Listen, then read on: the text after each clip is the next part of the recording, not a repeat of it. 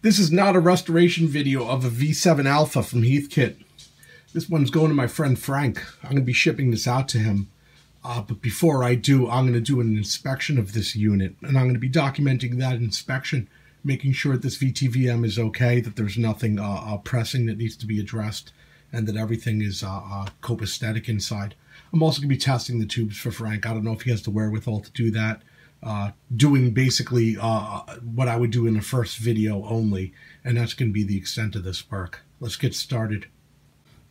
The cord has a couple of melted spots in a couple of places, but they're only on single sides of the wires. They don't cut over to both sides of the cord.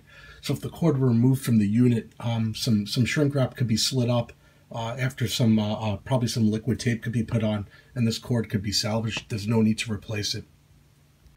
This is a really old unit. It smells like old encyclopedia when you open it up. Luckily, there is no battery inside. This is a very good thing. We don't want a battery inside because chances are it would have been leaking by now. I see a 12AU7 alpha right there and a 6AL5 right there as well. Both tubes are inside the unit. I'm going to go and test those tubes out. Two electrolytic capacitors exist on the top of the board. One right here is a 16 microfarad capacitor. Well, at least that one's on top of the board anyway. And I know that there's another one way down here.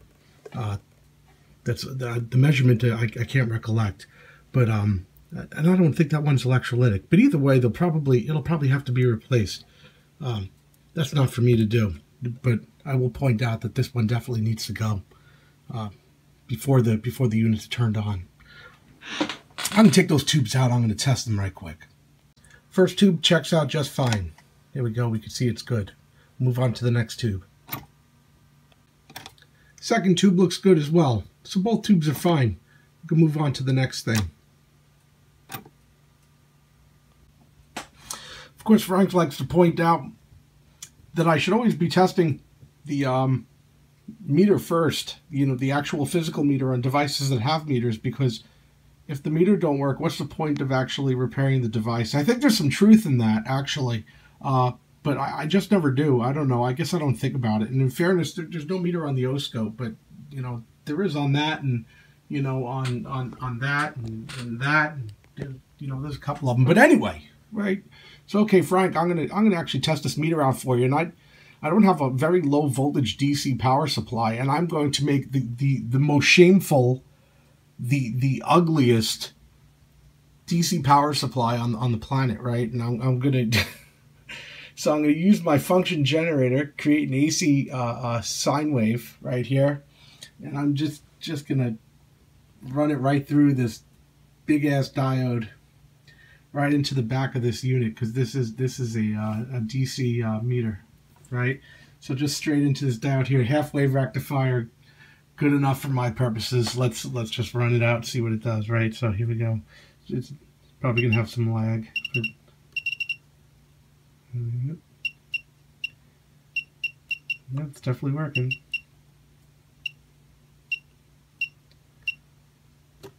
Okay, the meter works. Meter works. We're good.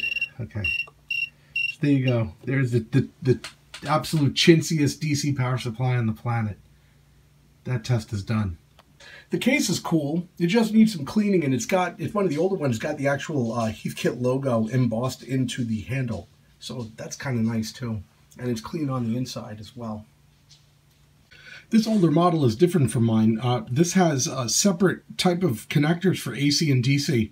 I've checked the obviously the commons are the same on the outer shelf for the DC, but they're wired to different locations and may be connected differently based on the mode of that switch. If you look at my model here, you can see that there's only one type of connector. The AC and DC setting on mine is done on the actual probe itself. There's an AC or DC switch that's flipped. Gonna have to look at the instruction manual to see exactly how that's done, or how the probes would be set up for something like this. I'm not really sure.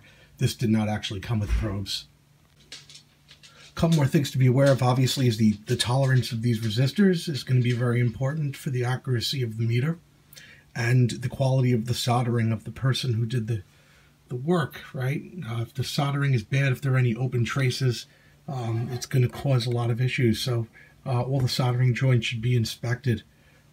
This is one hell of a diode. Wow, they don't make them like that anymore. But yeah, that's something. Model 50JJ. So yeah, that's everything inside here. So I think that concludes the internal inspection of this device. I think that's good enough. So this concludes my inspection of this Heathkit model V7 Alpha VTVM. It's in wonderful condition. Should be an easy restoration. And I noticed that the leads for the AC fit these banana plugs right here very nicely. So if you have some leads just like this, they should work just fine in here. The DC is a large headphone jack type connector.